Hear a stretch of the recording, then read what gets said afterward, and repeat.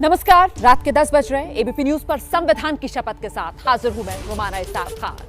Corona के गंभीर संकट की तरफ आज मद्रास हाईकोर्ट की एक टिप्पणी ने सबका ध्यान अपनी ओर खींचा। मद्रास हाईकोर्ट के चीफ जस्टिस एस बनर्जी की तरफ से यह कहा गया कि क्यों ना कोरोना का ये जो विकराल संकट है, इसके लिए चुनाव आयोग को जिम्मेदार माना जाए। हाईकोर्ट की तरफ से यहां तक कहा गया कि क्यों ना चुनाव आयोग के अधिकारियों पर हत्या का मामला चलाया जाए। इसीलिए संविधान की शपथ में आज हम सवाल आपके लिए ये लेकर आए हैं कि देश में कोरोना को लेकर जो हाहाकार है, क्या उसके लिए सिर्फ चुनाव आयोग जिम्मेदार है? इसी सवाल पर एबीपी न्यूज के ट्विटर पेज पर अभी हमारा पोल भी चल रहा है। आप इसमें शिरकत करके शो का हिस्सा बन सकते हैं। फिलहाल रिपोर्ट देखिए।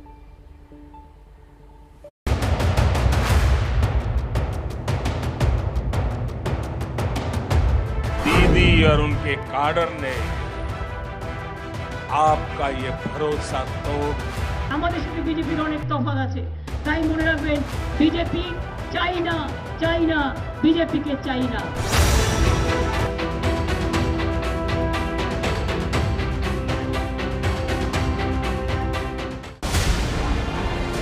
पांच राज्यों के विधानसभा चुनाव प्रचार के दौरान की इन तस्वीरों को भला कौन भूल सकता है। बड़ी बड़ी रैलियों और रोड शो ने कोरोना प्रोटोकॉल की धज्जियां उड़ा दी।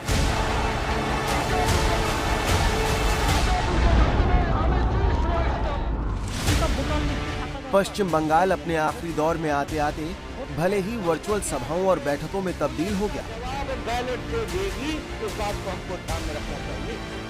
लेकिन कोरोना काल में लापरवाही बरतने को लेकर मद्रास हाईकोर्ट ने आज चुनाव आयोग की जमकर खबर ली।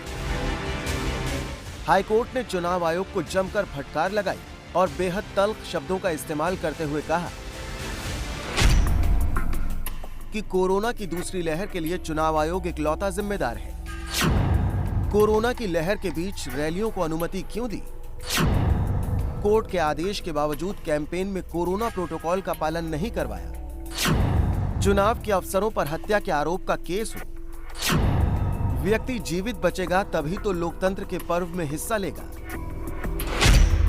मद्रास हाईकोर्ट ने टिप्पणी तमिलनाडु सरकार में कैबिनेट मंत्री एमआर विजयभास्कर की याचिका की सुनवाई के दौरान की।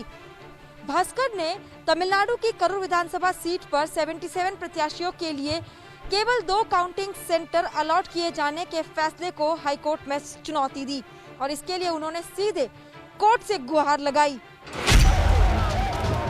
चीफ जस्टिस संजीव बनर्जी और जस्टिस सेंथिल रामामूर्ति की बेंच ने इस मामले की सुनवाई की और चुनावी कैंपेन में कोरोना प्रोटोकॉल का पालन न होने के लिए सीधे चुनाव आयोग को जिम्मेदार ठहराया।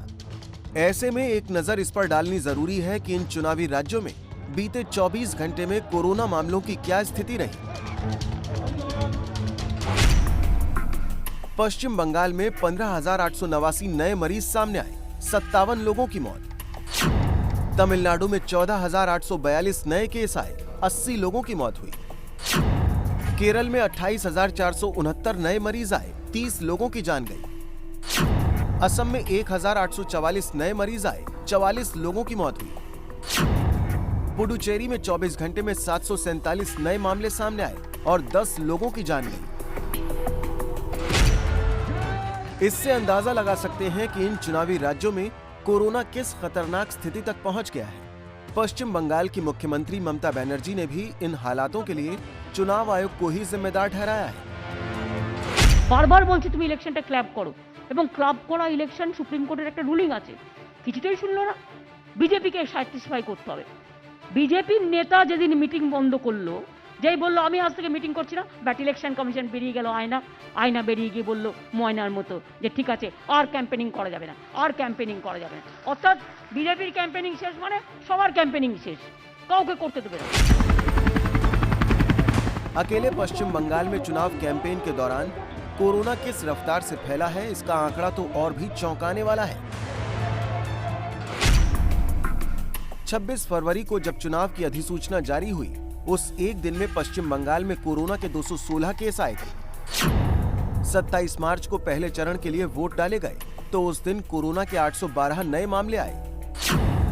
1 अप्रैल को दूसरे चरण की वोटिंग के दौरान कोरोना के 1,274 नए मरीज आए। 6 अप्रैल को तीसरे चरण की वोटिंग के दिन नए मामले बढ़कर 2058 प्रतिदिन हो गए। 10 अप्रैल को चौथे चरण की वोटिंग के दिन नए मरीजों की संख्या 4000 पार कर गई। 17 अप्रैल को पांचवें चरण के दिन बंगाल में कोरोना के 7713 नए केस आए।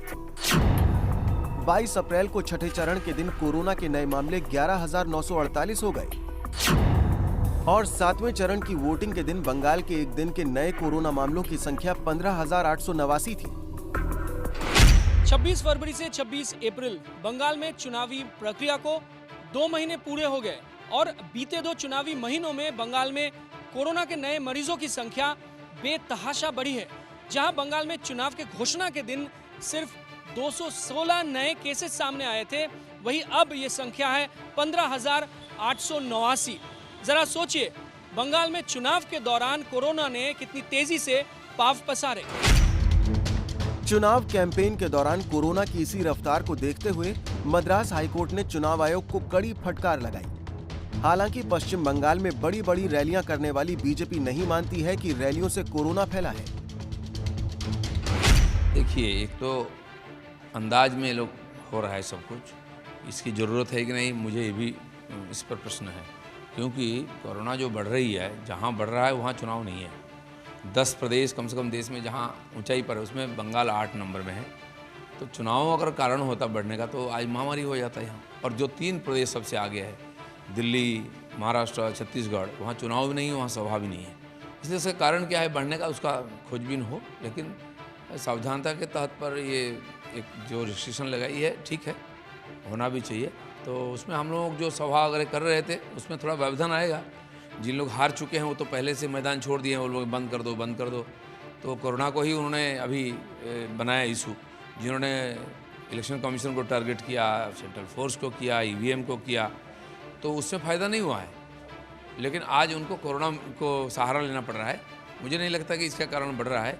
जो भी है 2-3 दिन है, वो लोगों का माइंडसेट बन चुकी है, लोग तैयार हैं परिवर्तन करने के लिए और उसी दिशा में वोटिंग भी हो जाएगी।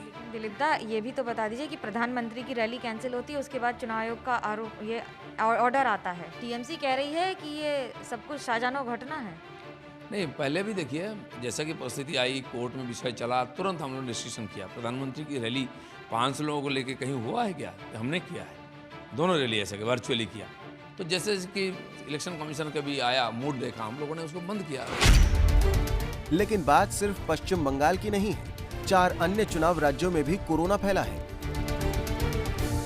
हालांकि चुनाव आयोग ने चुनावी कैंपेन में कोरोना प्रोटोकॉल का पालन कराने के लिए 9 अप्रैल को एक नोटिफिकेशन जारी किया। चुनाव आयोग ने इस पर नाराजगी जताई थी कि स्टार प्रचारक और नेता कैंपेन के दौरान मास्क नहीं पहन रहे हैं। चुनाव आयोग ने सभी राजनीतिक दलों से कहा कि वो कोरोना प्रोटोकॉल का पालन सुनिश्चित करवाएं। मद्रास हाईकोर्ट की टिप्पणी से पहले भी कोर्ट ने चुनाव आयोग को प्रचार में कोविड प्रोटोकॉल को लेकर हिदायत दी थी। कोर्ट ने कहा था कि केवल नोटिफिकेशन जारी करने से उसका पालन नहीं होगा और अगर चुनाव आयोग से ये नहीं हो रहा तो वो बता दे।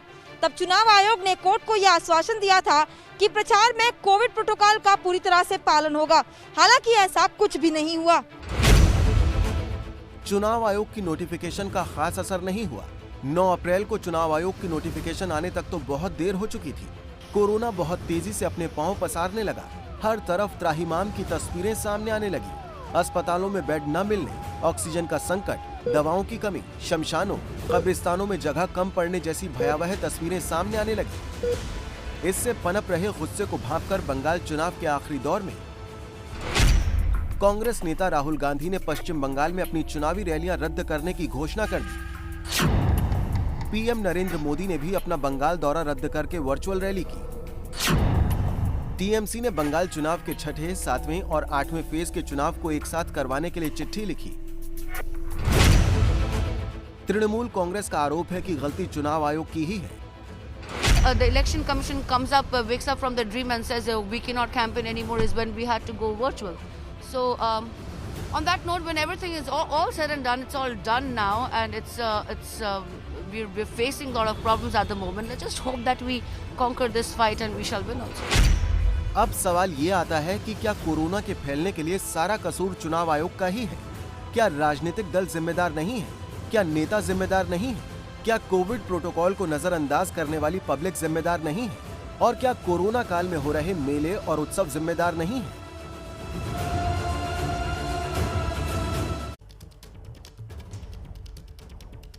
और इस वक्त की बड़ी खबर जानिए आप। प्रधानमंत्री नरेंद्र मोदी और अमेरिकी राष्ट्रपति जो बाइडेन के बीच इस वक्त बातचीत हो रही है। फोन पर दोनों नेता आपस में बातचीत कर रहे हैं और मुद्दा बातचीत का कोरोना ही है। भारत जो पूरी तरीके से कोरोना के संकट में घिरा हुआ है, ऐसे में दुनिया के तमाम देश अब आगे आ रहे हैं। अमेरिका की तरफ से भी आश्वासन दिया गया है और इसी को लेकर इस वक्त ये डायरेक्ट फोन पर बातचीत जो प्रधानमंत्री नरेंद्र मोदी और अमेरिकी राष्ट्रपति जो बाइडेन के बीच हो रही है। अमेरिकी राष्ट्रपति से पीएम मोदी की बातचीत इस वक्त भी जारी है। ये अभी तक की सबसे बड़ी खबर है। देखिए, दुनिया के तमाम देशों की नजर भारत पर है। दुनिया समझ रही है किस तरीके की कोरोना की चपेट में हिंदुस्तान आ चुका है और इसी को लेकर इस वक्त दोनों नेताओं के बीच ये बातचीत जारी है। जानकारी जो सूत्रों के हवाले से सामने निकल कर आ रही है वो ये कि पिछले 20 मिनट से दोनों नेताओं के बीच ये बातचीत लगातार फोन पर जारी है। पिछले 20 मिनट से प्रधानमंत्री नरेंद्र मोदी, अमेरिकी राष्ट्रपति जो बाइडेन, दोनों के बीच फोन पर बातचीत चल रही है और मुद्दा कोरोना संकट ही है। पिछले दिनों जिस तरीके से अमेरिका की तरफ से रोक लगी हुई थी सीरम इंस्टीट्यूट में जो वैक्सीन बनाई जाती है उसके रॉ मटेरियल को लेकर, हालांकि वो रोक अमेरिका की तरफ से हटा ली गई, जिसके बाद भारत के लिए बड़ी राहत वाली खबर जरूर आई। लेकिन अभी आगे किस तरीके से और मदद अमेरिका की तरफ से की जा सकती है, क्या उसका कोई खाका, क्या उसे लेकर कोई प्लान, ये बातचीत जो चल रही है इससे क्या कुछ उम्मीद की किरण निकल कर सामने आएगी, ये वो तमाम सवाल हैं जो अभी सामने हैं और इनके जवाब आगे मिल पाएंगे। फिलहाल बड़ी खबर यह कि पिछले 20 मिनट से प्रधानमंत्री नरेंद्र मोदी और अमेरिकी राष्ट्रपति जो बाइडेन फोन पर बातचीत कर रहे हैं। हम सीधे रुख करते हैं, मेरे साथ मेरे सहयोगी प्रणय उपाध्याय इस वक्त मौजूद हैं। प्रणय, जाहिर सी बात है इस बातचीत का लब्बो लुबाब यही कि किसी तरीके से हिंदुस्तान को कोरोना के कहर से उभारा जाए, लेकिन इसमें अमेरिका की भूमिका क्या रह सकती है?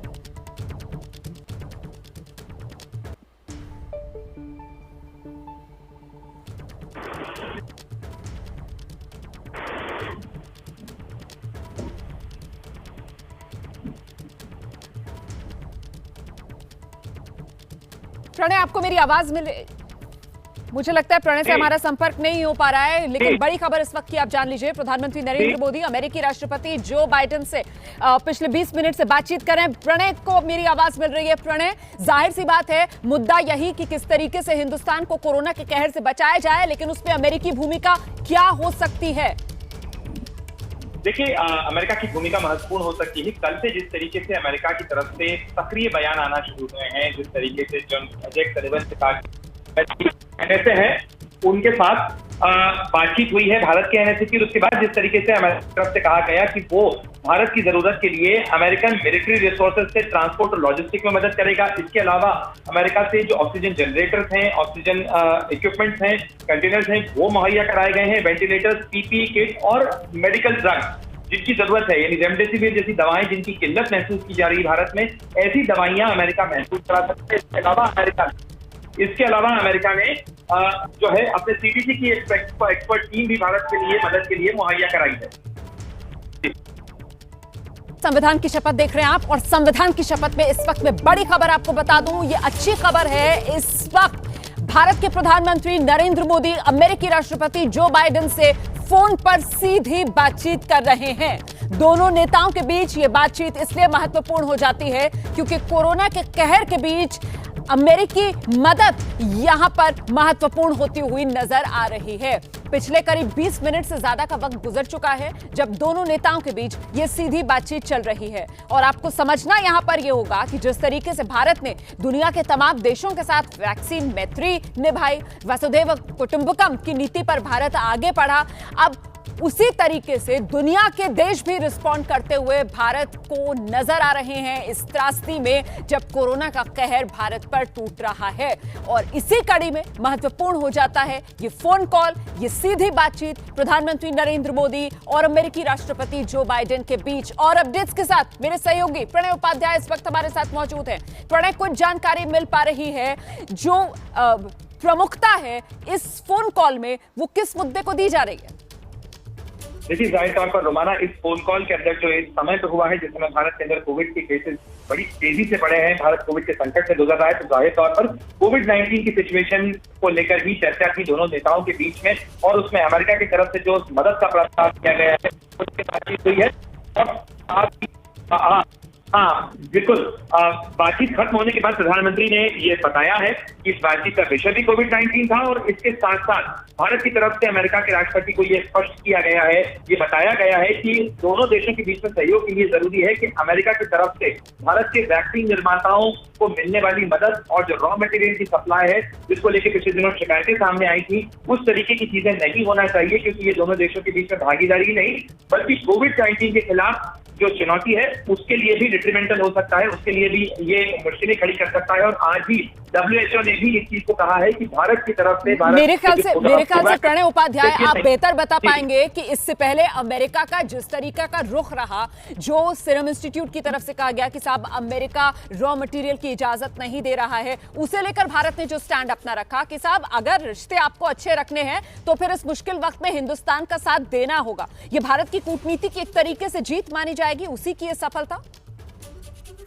बिल्कुल रोमाना, ये भारत की अहमियत अमेरिका भी अच्छी तरीके से जानता है, और जिस तरीके की प्रतिक्रियाएं भारत के अंदर आई थी, भारत ने इस चीज को बिल्कुल पसंद नहीं किया गया कि ऐसे समय में जबकि अमेरिका को मुसीबत में थी, अमेरिका को जरूरत थी, भारत ने हाइड्रोक्सीक्लोरोक्विन दवाएं और तमाम चीजें मुहैया कराई, लेकिन जिस समय भारत संकट के दौर से गुजर रहा है, अगर अमेरिका की तरफ से पाबंदियां लगाई जाती हैं, प्रतिबंध लगाए जाते हैं, भारत के वैक्सीन मैन्युफैक्चरर्स को मुश्किलें होती हैं, जैसा मैं आपसे कह रहा था रोमाना, ये केवल भारत का ही सवाल नहीं है, भारत वैक्सीन की फार्मेसी है, अगर भारत के वैक्सीन प्रोड्यूसर्स को रॉ मटेरियल नहीं मिलता है तो आज WHO ने भी कहा है कि उसको कोवैक्स प्रोग्राम के लिए या गावी के प्रोग्राम के लिए महत्वपूर्ण बात आप कर रहे हैं। बहुत बहुत धन्यवाद इस तमाम जानकारी के लिए। इस बात को नजरअंदाज नहीं कर सकते हैं दुनिया के तमाम देश कि भारत जो है वो दुनिया का वैक्सीन मैन्युफैक्चरिंग हब है, और ऐसे में अगर वैक्सीन बनाने के लिए रॉ मटेरियल में रोड़ा अमेरिका की तरफ से अटकाया जाता है तो इसका नकारात्मक प्रभाव सिर्फ हम पर, मतलब भारत पर नहीं बल्कि पूरी दुनिया पर पड़ना तय है। इसीलिए बेहद महत्वपूर्ण ये बातचीत जो भारतीय प्रधानमंत्री नरेंद्र मोदी अमेरिकी राष्ट्रपति जो बाइडेन के बीच हुई है, करीब 20 मिनट से ज्यादा ये सीधी फोन कॉल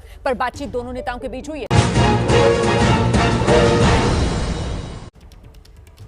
संविधान की शपथ में आज का सवाल, क्या कोरोना संकट के लिए सिर्फ चुनाव आयोग जिम्मेदार? देख सकते हैं आप पोल के आंकड़े, मतलब आपकी राय टेलीविजन स्क्रीन के नीचे हिस्से पर 60% दर्शकों का मानना है हाँ चुनाव आयोग ही जिम्मेदार है। और आज के शो में मेरी राय बहुत साफ है कि जो मौजूदा संकट है वो बहुत बड़ा है। इस संकट के लिए कोई एक संस्था या कोई एक समुदाय जो है वो जिम्मेदार नहीं हो सकती है, सभी को सोचना होगा, जिम्मेदारी सबकी, खासकर सरकार को। क्या हमने जिम्मेदारी निभाई?